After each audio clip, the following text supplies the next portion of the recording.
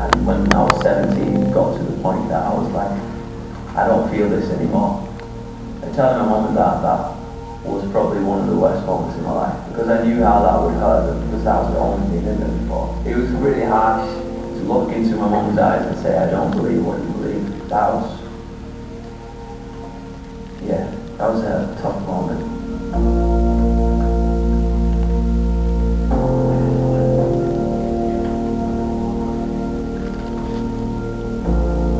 I just jumped out and started just partying with my friends and stuff, just like chilled slowly, and then it gained momentum.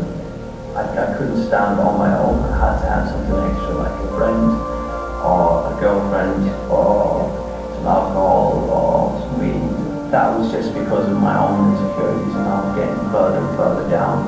I didn't have anything at all.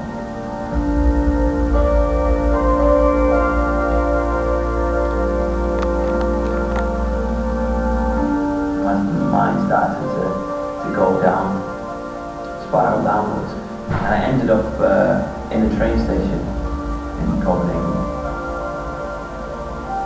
Started thinking about how to just end it all, because it was just too hard to bear. I couldn't really do anything about anything. And I remember hearing the call for the train and saying that people rushing by. And it's just a really tough one. And I thought, nobody would really care if I jumped down in front of the train and just ended it all.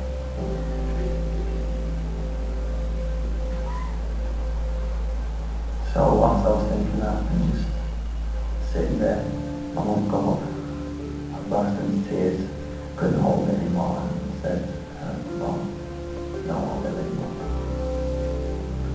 And she was like, alright, do you want to come visit? I remember coming and landed, and the hardest part was coming out of the airplane and seeing my dad. And he was just looking at me like, what happens to my little boy? And then I came to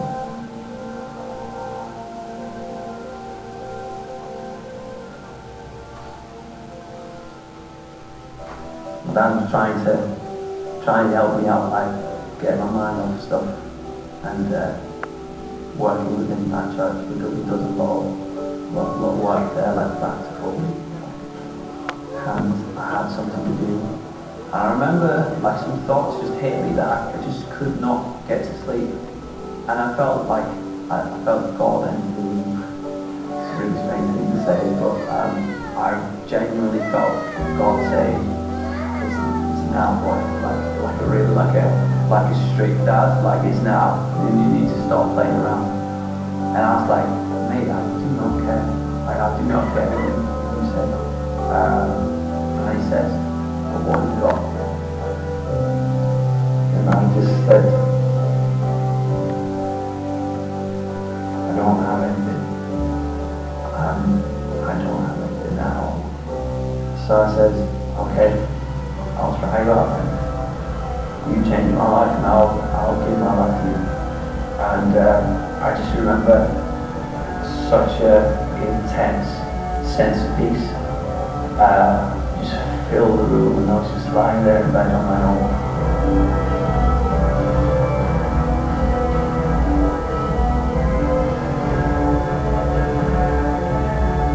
I'm remembering where I was, how deep that sorrow was, and how hopeless I was.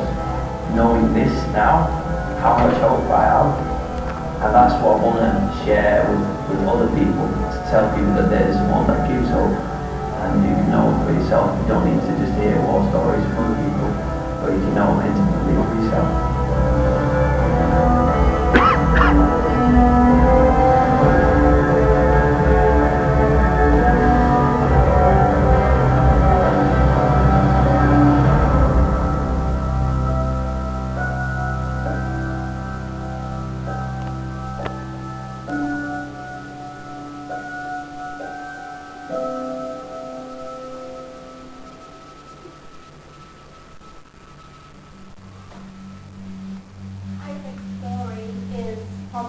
story is similar to many people in this room. Maybe the only difference between Isaac's story and your story is that you haven't yet found that place where Christ intersects your world and everything changes. Isaac is, I just saw him, just stick your head out so they can actually see that you're a real person. He's hiding because he's going to sing for us in a moment.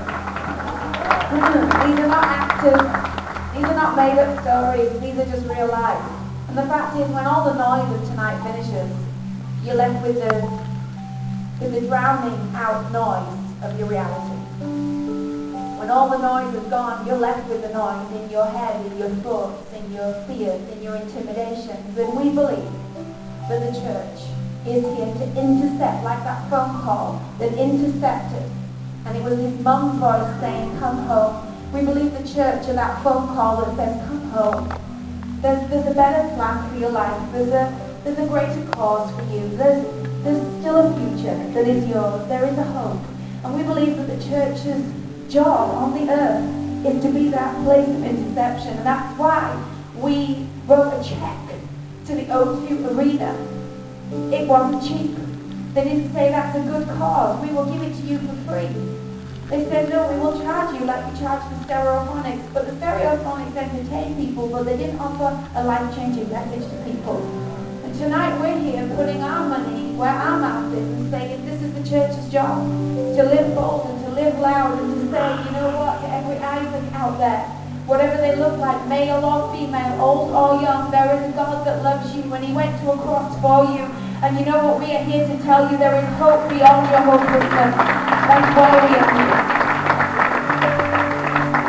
And you're going to hear more of that story tonight, but it's my honor and privilege in this moment, and I have no apology or embarrassment about it, to ask you, would you give tonight?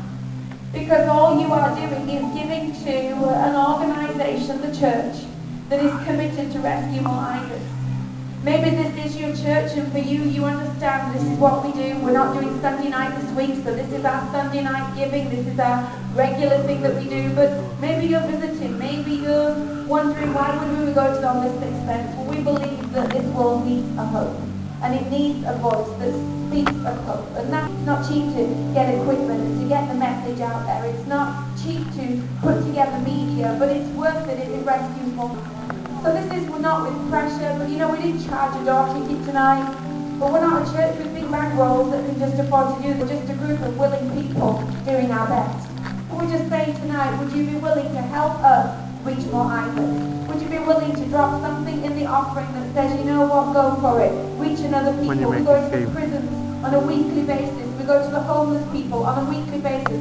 We go to the highways and the byways and the needy on a weekly basis. And we run our churches in a way where everybody can come and everybody can be helped. Whether that's counseling, whether that's training, whether that's teaching, whether that's encouragement. And all of that we resource people like you and the person next to you that just say, you know what, I can give my money to a lot of places, but when I pay the gas bill, it keeps my power running, but it doesn't change your life. This finance, I promise you, will help change more lives. So if you'd like to join with us in our giving that we will do regularly when we meet, we would love you to be a part. We pray that as you give, that you will be blessed in your giving. The Bible teaches that when you give into things of God, that the giving has a blessing on it that's very special. We pray that blessing over you tonight, and we thank you in advance for just contributing to helping us even take care of paying for the bill, to take care of having this venue tonight so that people can find out the truth of the gospel. I think there's envelopes on your seats. You can give by credit card, or you can give by debit card. You can just shove some money in that envelope, just shove some money in the bucket as it comes by, and all of that will go into the church, the charity work that we do, Life Church. And as you get ready to give, if you need an envelope, just wave your hand and someone will get that to you. And as we get ready to give, and as we're giving, our incredible band are going to sing this incredible song to you, which is one of my favorites. And this song is called Manifest. So as you get ready to give, enjoy as the team comes and sing to you. Thank you.